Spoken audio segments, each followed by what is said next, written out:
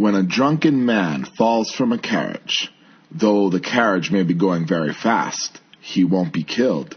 He has bones and joints the same as other men, and yet he is not injured as they would be, because his spirit is whole.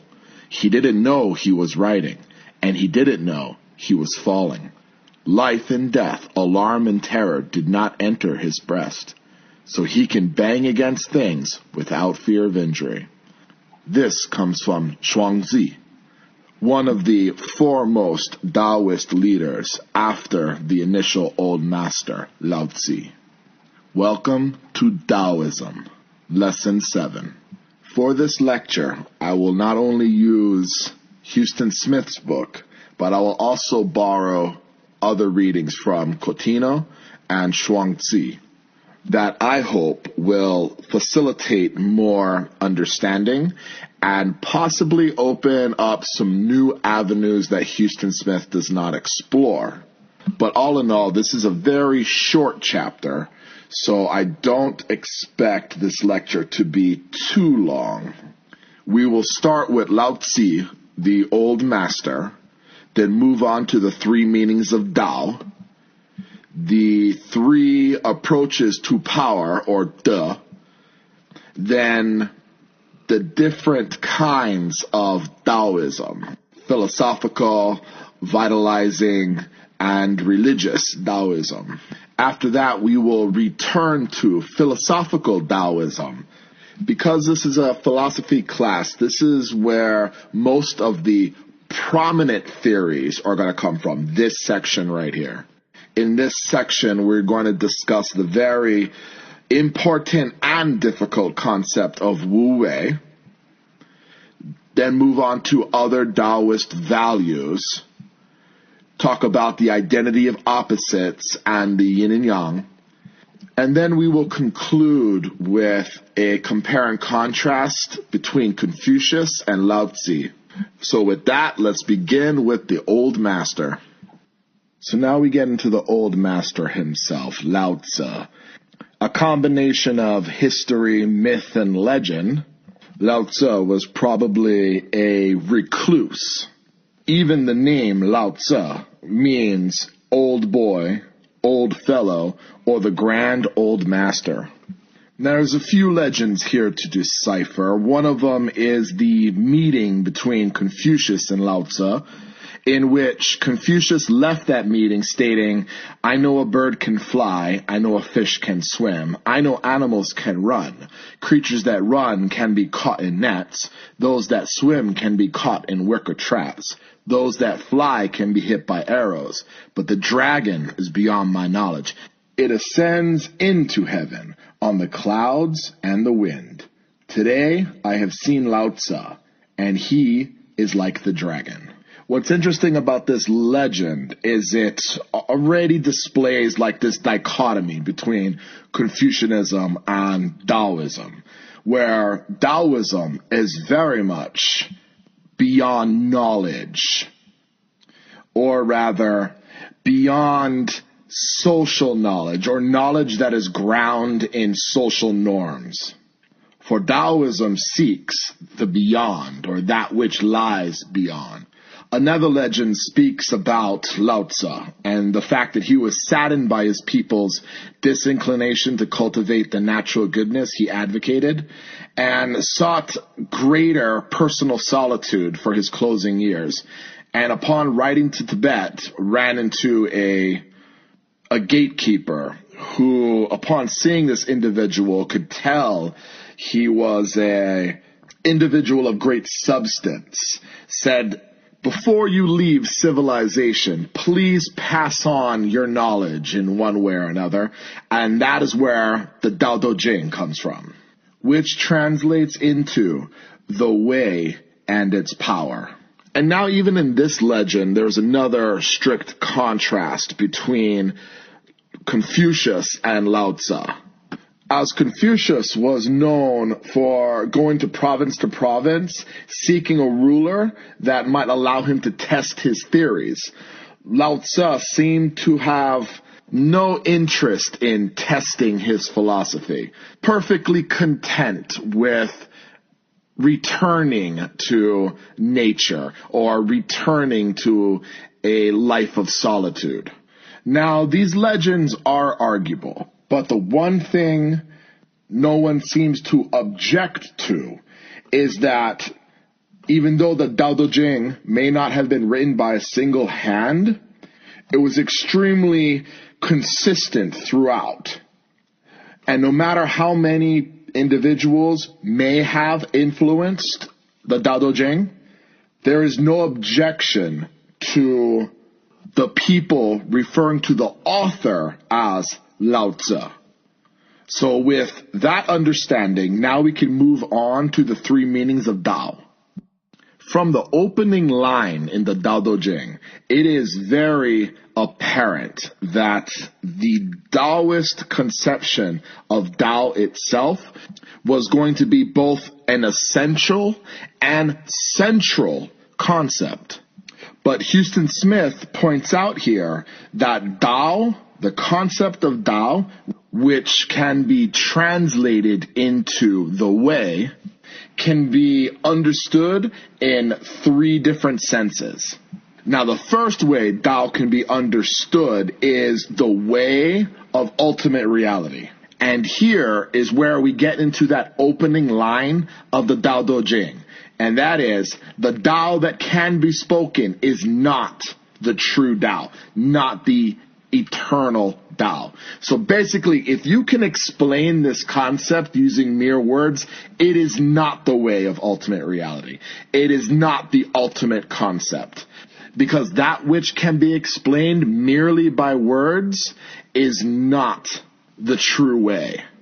So from the opening line of the Tao Te Ching, there is this kind of pessimism towards the ability of human rationality to fathom ultimate existence.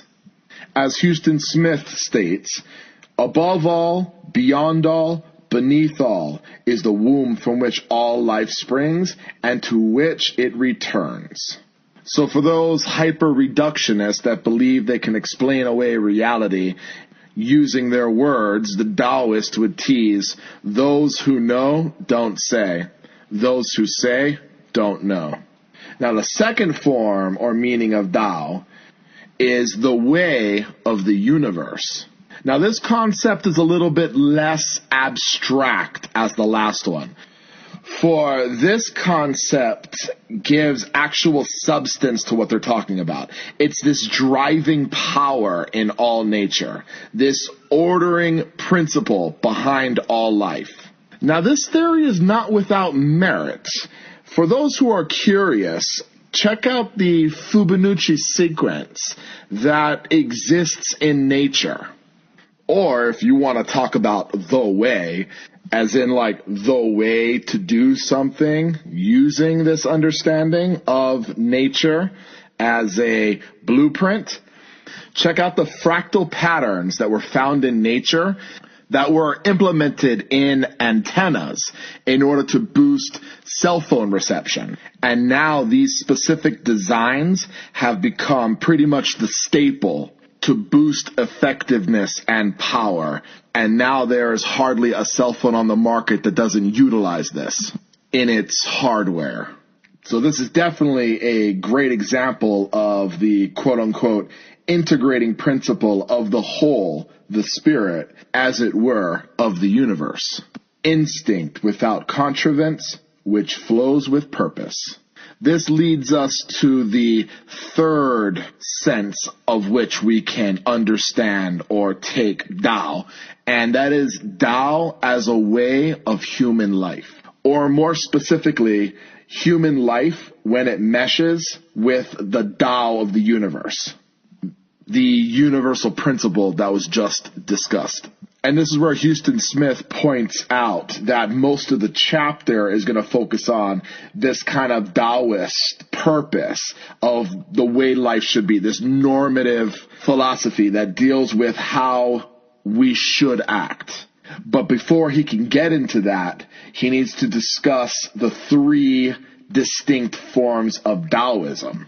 So after explaining the three ways we can refer to Tao, Houston Smith begins talking about the ways in which we can interpret Da. And it is in this interpretation where the distinct approaches to Taoism become so dissimilar.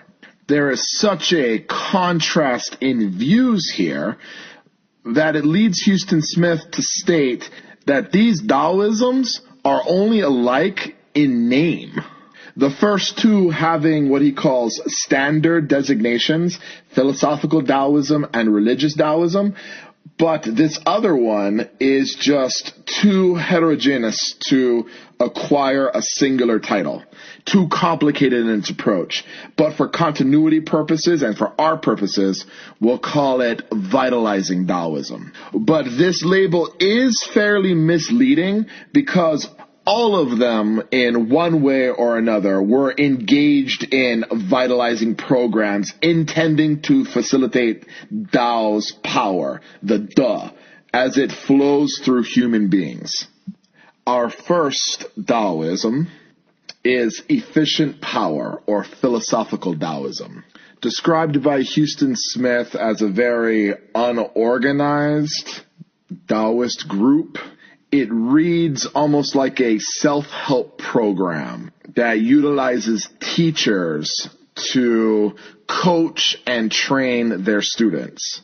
Comparing this philosophical Taoism to the vitalizing Taoism, the second Taoism we're going to go over in just a moment, Houston Smith states that these two types of Taoism focus primarily on themselves as self-help programs. But what separates the philosophical Taoism from the vitalizing Taoism is their stance on the Da, or power of Tao. This power that is essential for life, or nourishing life. And this difference is that philosophical Taoists try to conserve their Da by expending it efficiently, whereas vitality Taoists work to increase its available supply. Also called the School of Taoism in China, this philosophical Taoism is associated with Lao Tzu, Chuang-Tzu, and the Tao Te Ching. Houston Smith compares their philosophical approach to seeking knowledge, and in seeking knowledge, gaining certain power. For when one knows how to repair, and in the Taoist case, it's repair one's life, that is wisdom. And this repair involves living in a way that conserves our life's vitality by not expending it in useless, draining ways. And this is where this pivotal concept of Wu Wei is introduced. It's a phrase that translates into inaction, but it's better understood as pure effectiveness, or the way I was taught it, action in inaction. Through Wu Wei, you tap into this ability to conserve your energy. As chapter 23 of the Tao Te Ching states, it is natural to speak only rarely. Violent winds do not last a whole morning, and torrential rains do not last a whole day. What is behind these occurrences? And if the heavens and the earth cannot sustain things for long, how much less the human being? What this points to is this overconsumption of violent or turbulent actions. We'll definitely go into further detail on Wu Wei later on in the chapter, but for now, it's good for you to understand that there's a contrast here between this ability to conserve one's energy and then overtly expending it. This was hinted at in Buddhism, where the best way to trudge forward was kind of at a slow pace instead of an all-out sprint. Long-distance runners do not all-out sprint because they wouldn't make it far. They're there for the long haul. That's the kind of conservation they're talking about here. That's the kind of pure effectiveness that defines Wu Wei.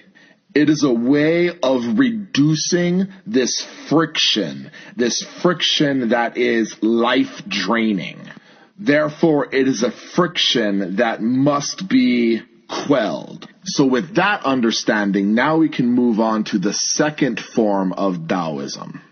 Augmented power, Taoist hygiene, and yoga, the second form of Taoism. Another training program, but of a different kind. As these Taoists did not want to settle for the philosophical approach, the goal of managing the allotted Tao efficiently. They wanted to go beyond this conservation and increase their quota of Tao, or the Tao they had to work with. Their focus is on Qi, which literally translates into breath, but actually means vital energy. It is the power of Tao that courses through one's veins when it isn't blocked.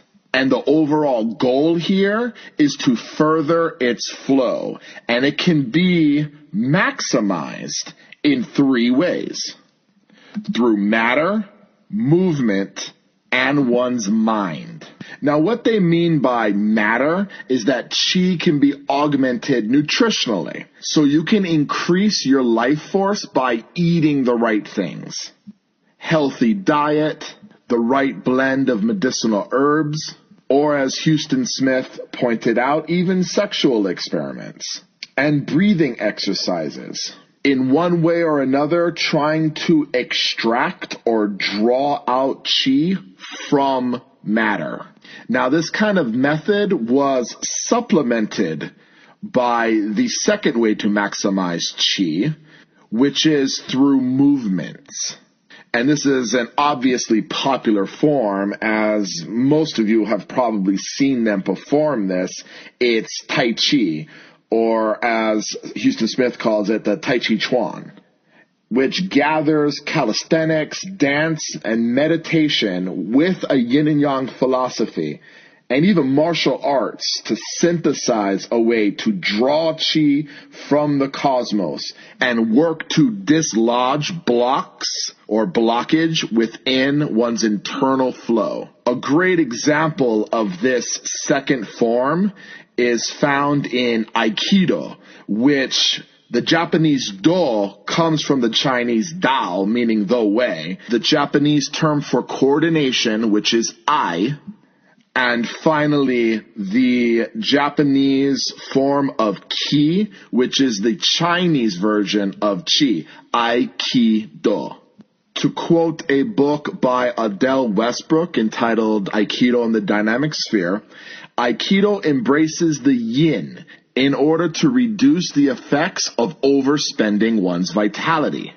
Now, the yin is that long haul approach that I discussed earlier, which is opposed to the yang, the way of ferocity, that promotes more friction. Aikido emphasizes the power of yin in its movements to tap into an inexhaustible well. Think of a baby's tiny fist, for example. When it is closed, it's almost impossible to open it up. And yet, in this state, they are relaxed and obviously not straining to resist you. And yet, the fist remains closed. You know, practitioners of Aikido learn what is called the unbendable arm, their first day of practice. And it's this technique that they utilize in their kata forms. Through the unbendable arm, they learn to kind of relax and resist the instinct to tense up that creates a blockage in their energy. And when they learn to relax and center themselves, this energy can't be broken, just like this baby's fist. That's the inexhaustible well they're referring to.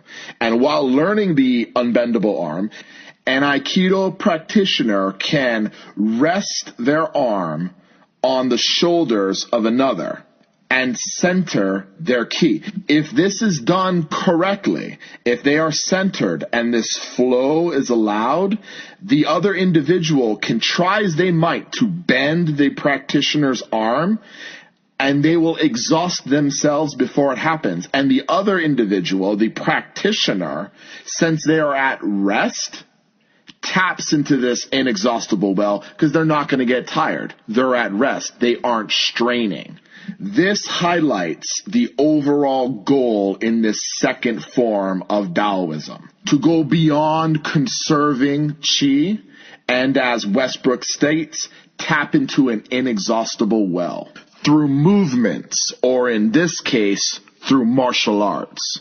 This leads us to the third instance, which is a way of increasing one's qi through the mind, through meditation and yoga, and using the Sanskrit word yoga because it's so close to the Raja Yoga of Hinduism, working to draw qi from the cosmos itself. But what's interesting about the Taoist yogis themselves, once they're able to tap into this qi, they learn how to beam it towards others. That is why Houston Smith calls it a life-giving enterprise. Through meditation and yoga, they shut out distractions and empty their mind to the point where the power of Tao can bypass their bodily filters and enter the self directly. This is a kind of cleansing ritual where you reach a point of pure consciousness that allows for the spirit to be cleansed. Often the phrase that's coined is cleaning the mirror of your soul. It's a mirror because it's a natural reflection. It's effortless in its way of beaming this qi towards others. However, the cleansing of the soul is very rigorous. This cleansing gets rid of desire, revulsion, grief, joy, delight, and annoyance. And the individual is left with this extraordinary power of stillness. Imagine a calm pond that easily reflects the sky. You can almost see the details perfectly. Yet friction, when you introduce friction, it muddies or distorts the image. Just as the lake returns to its original purity, so must the mind. Once achieved, you are rewarded with a power that could shift heaven and earth. To the mind that is still, the whole universe surrenders. So these are the three ways to maximize qi that are involved in the second form of Taoism. And with that, we can now move on to the third form of Taoism. Vicarious power, religious Taoism. Now, what the others lack, religious Taoism makes up for. Reflection and health programs take time, and the average Chinese individual lacked that commodity. The response to this is religious Taoism, which institutionalized activities of freelance soothsaying, psychic shamans, and faith healers. What the Taoist priesthood essentially did was make cosmic life power available for ordinary villagers. This was accomplished by utilizing a form of magic, for lack of a better word. And by magic, they mean this means by which a higher occult powers are tapped for the use in the visible world. And Houston Smith goes further into this concept of magic, but it's not really necessary for our purposes. It's just important for us to understand that under this rubric of magic, as traditionally conceived, the Taoist church, dividing the territories with freelance wizards, exorcists, and shamans, devised ways to harness higher powers for humane ends. And that's a fundamental difference between religious Taoism and the other two Taoisms. Religious Taoism sought higher power energies. It proceeds on the assumption that higher power exists. The subtle rules the dense. The energy rules matter. Consciousness rules energy. And superconsciousness rules consciousness. Magic made these powers available. And now that we've gone at great lengths to describe how these three kinds of Taoism are different, we can briefly go over some similarities.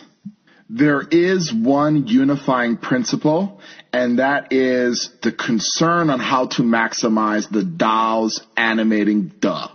It begins with an interest on how life's normal allotment of qi can be deployed to its best effect, which is philosophical Taoism.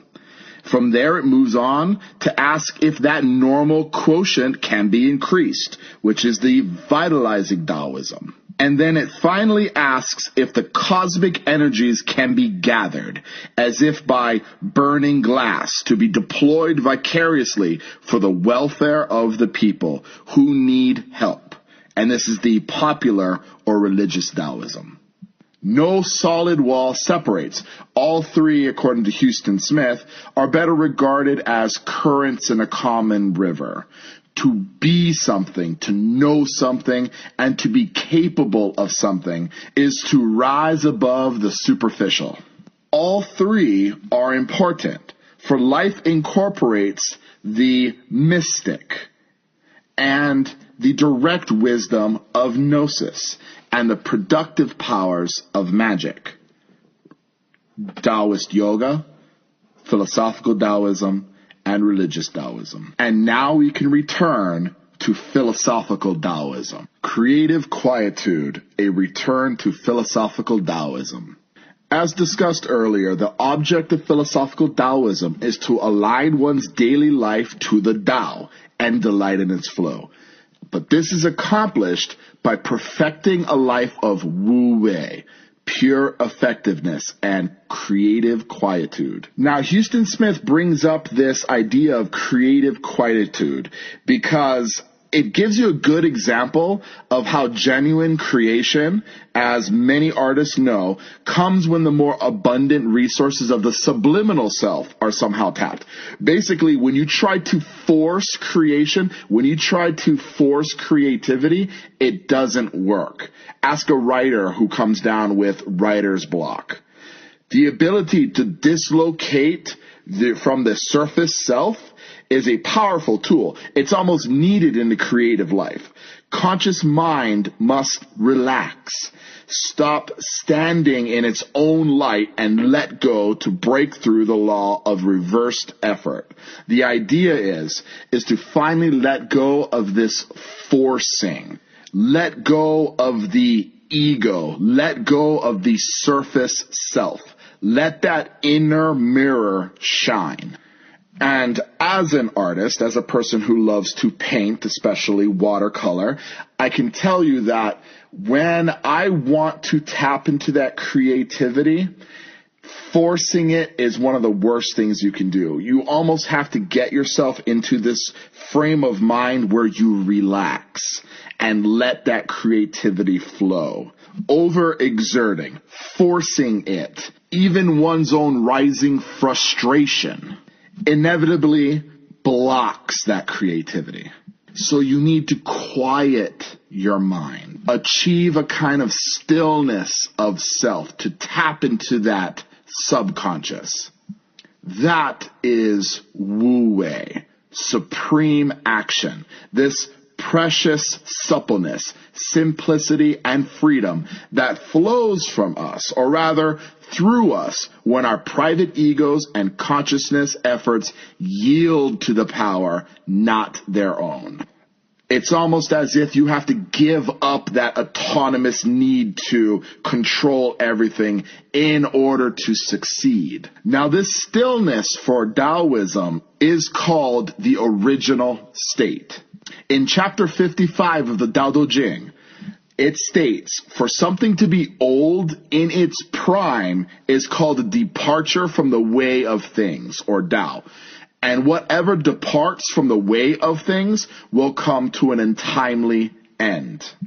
This is a specific attack against one's original state, overexerting oneself to the point that they die early.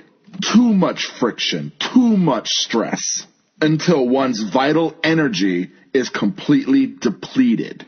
Take, for example, the ability of a newborn baby. Now, a newborn baby can scream all night and not have a hoarse voice, because they are accorded with the way. They are accorded with this original state.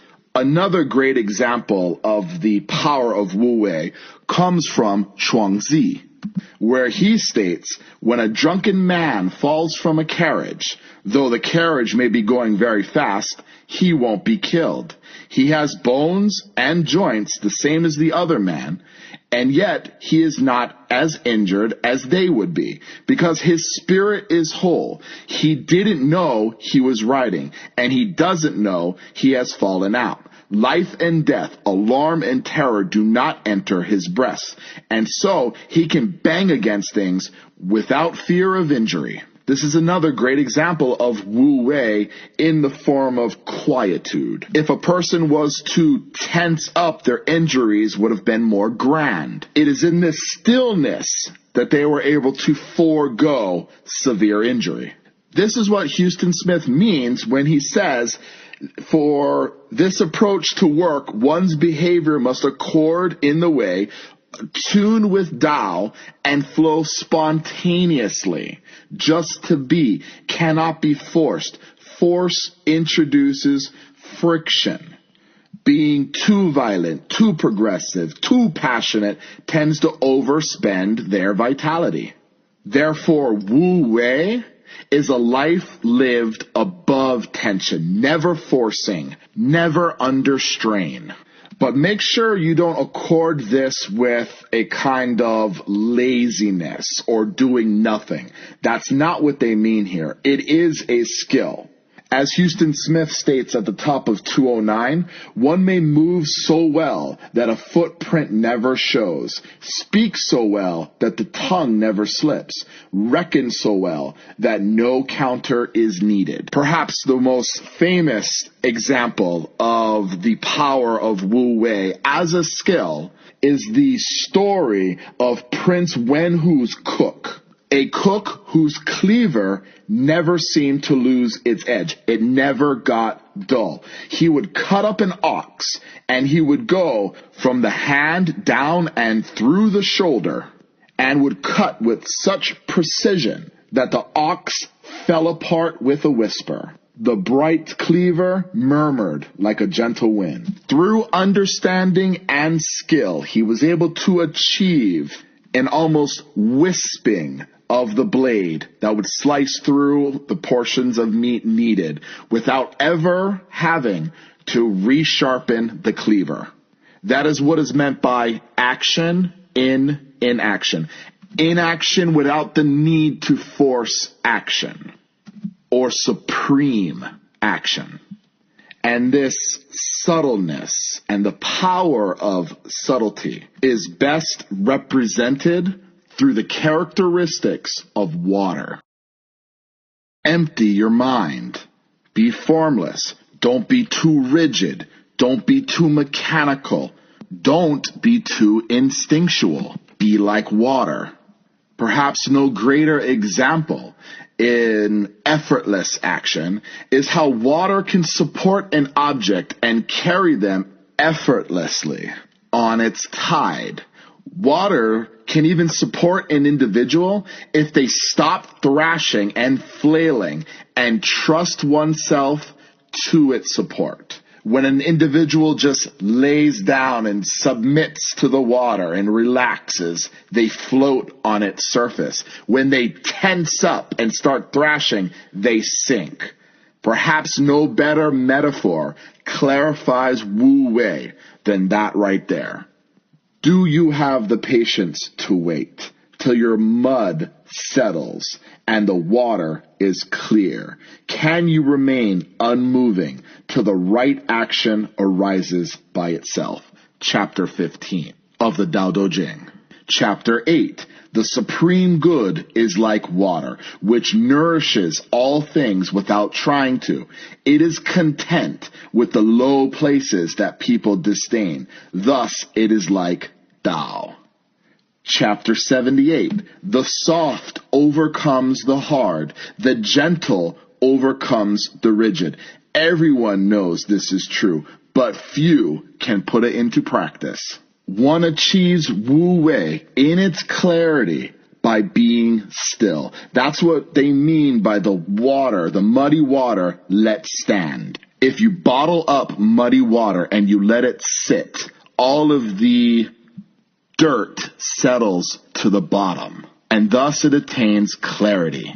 And now with that, we can move on to other Taoist values. Houston Smith starts this chapter by stating that Taoists reject all forms of self-assertiveness and competition. He who stands on tiptoe doesn't stand firm. He who rushes ahead doesn't go far. He who tries to shine dims his own light. As we have just gone over in great detail, Wu Wei, you can see how Taoists would not be okay with such assertiveness. Because again, this assertiveness brings in friction. Friction depletes life energy. And those who deplete life energy die early. So there's almost a reverential attitude towards humility. For Taoists are disinterested in things the world prizes or the world's prides. For these things are not the true values they're thought to be. What is the point of competition or assertiveness? Nature does not have to insist. It can blow for only half of the morning and rain for only half of the day. I've always liked the idea that a tiger does not need to stretch before it runs after prey, which again demonstrates the power of the original state. Another Taoist value goes against this Western ideal that nature is antagonistic. It's an object that needs to be squared off against, dominated, controlled, conquered. Think about how an individual needs to keep cutting back the vines so that it doesn't overgrow and take over their property. Those who would take over the earth and shape it to their will never, I notice, succeed. The earth is like a vessel, so sacred, that at the mere approach of the profane, it is marred, and when they reach out their fingers, it is gone. So nature is to be befriended, but for Taoism, they actually seek more than this. They seek an attunement with nature. Taoist temples do not stand out from their surroundings. They nestle against the hills. They're back under trees, blending in with the environment. This is like the difference between damming a river and then redirecting its flow. Or for those who have watched the movie Avatar, they build their civilization within the trees so that they're not consistently fighting against the weeds. The stronger the tree becomes, the stronger their home becomes. For people are not as formidable as mountains, and do not live as long as pines. We do belong, however, in the scheme of things, as do birds and clouds. Therefore, we must work in harmony. Another Taoist value was that travel itself was discouraged. And it was discouraged because they saw it as pointless and basically only conducive to idle curiosity. And so this preference of a naturalness and simplicity was the thing that most separated Taoism from Confucianism. They saw Confucianism as too calculating, to arrange life in a specific order. They figured it's pointless. That's the meaning of the 3 in the morning. And 3 in the morning is a story. Once in the state of song, Hard Times forced a keeper of monkeys to reduce their rations. From now on, he announced, it will be 3 in the morning and 4 in the evening.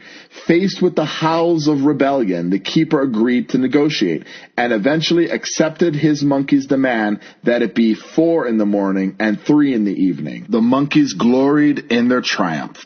This depicts a fight against nature that we will ultimately lose, for we are not as formidable as nature.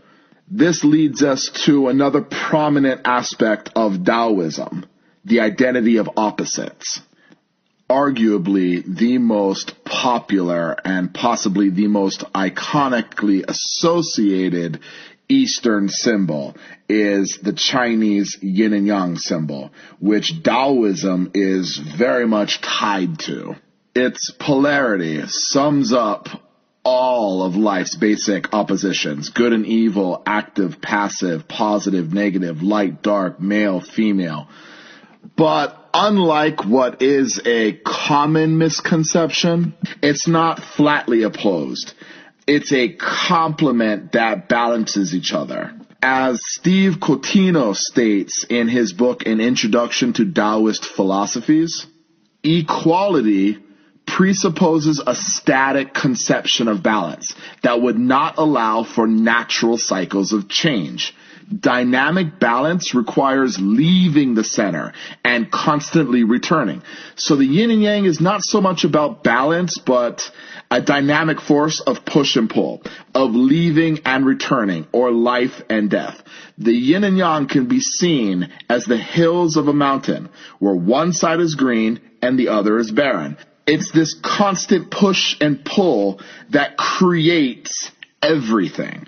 As stated in the Tao Te Ching, the Tao gave birth to one. The one gave birth to two. The two gave birth to three, and the three gave birth to all creation. So you have one side, you have the other side, and it's their dynamic push and pull that is that third that gives birth to all creation. If it was purely in balance, you wouldn't have that creation. Now, Taoists believe that those who meditate on this profound symbol can find that it affords better access to the world's secrets than any length of words and discussion. This is the power of imagery. This is the power of symbolism. It's almost like one of these meta-truths that appeals to something within you, kind of like a truth that is needed in order to understand truth at all. But see, this begs the question, is there even such thing as good and evil?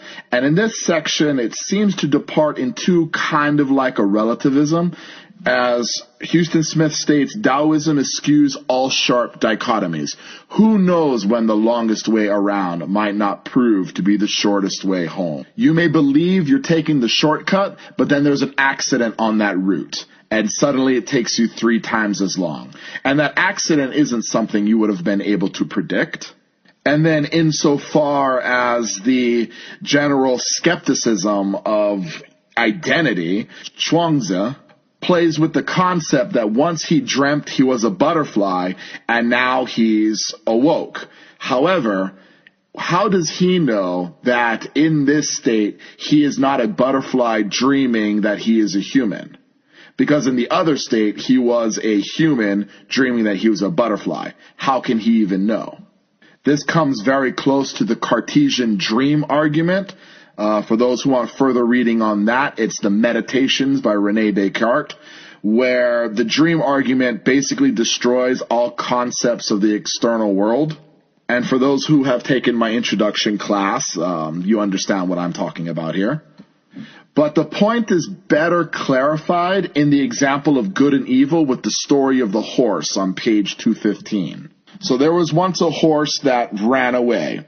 His neighbor commiserated only to be told, who knows what's good or bad?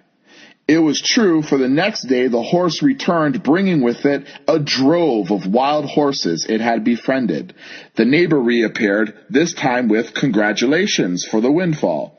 He received the same response, who knows what is good or bad? Again, this proved true, for the next day the farmer's son tried to mount one of the wild horses and fell, breaking his leg. More commiserations from the neighbor, which elicited the question, who knows what is good or bad? And for the 4th time, the farmer's point prevailed. For the following day, soldiers came by, commandeering for the army. And the son was exempted because of his injury. It almost seems as though he's talking about why put your ego into it. To borrow another quote, your problem isn't the problem, your reaction is the problem.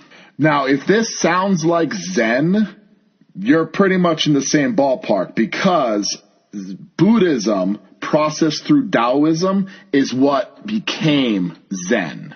So the riddles that were used in order to elicit a kind of hyperbolic confusion came from Taoism. Now, before we conclude, there is one more specific thing we need to go over, and that is war. For Taoism, weapons are the tools of violence. All decent men detest them. Weapons are the tools of fear. A decent man will avoid them, except in the direst necessity, and, if compelled, will use them only with the utmost restraint. Peace is the highest value. He enters a battle gravely, with sorrow and with great compassion, as if he were attending a funeral. This had a prominent effect on China. As Houston Smith states, putting the scholar as top of the social scale is Confucius's doing, but Taoism is fully responsible for placing the soldier at the bottom. And that's because Taoism really promotes this idea of Wu Wei, and what could be farther from the calm inaction or supreme action of Wu Wei than the deliberate friction and turbulence of war. So in conclusion, circling around like the yin and yang, Taoism and Confucianism represent the two indigenous poles of Chinese character. Confucius representing the classical, Lao Tzu, the romantic. Confucianism stressing social responsibility. Lao Tzu praises spontaneous and naturalness. Confucius focusing on the human, while Lao Tzu focuses on what transcends the human. As Chinese say, Confucius roams within society and Lao Tzu wanders beyond. There is a being, wonderful, perfect. It exists before heaven and earth. How quiet it is. How spiritual it is. It stands alone and it does not change. It moves around and around, but does not, on this account, suffer. All life comes from it. It wraps everything with its love as in a garment, and yet it claims no honor. It does not demand to be Lord. I do not know its name, and so I call it Tao, the way, and I rejoice in its power. So with that, that's the end of Taoism. Next up is the review week.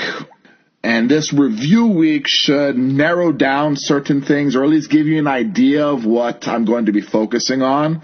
Although the reading guidelines throughout each week really highlight what is going to be on the exams. Thank you for listening. I hope you enjoyed the lecture and have a great day.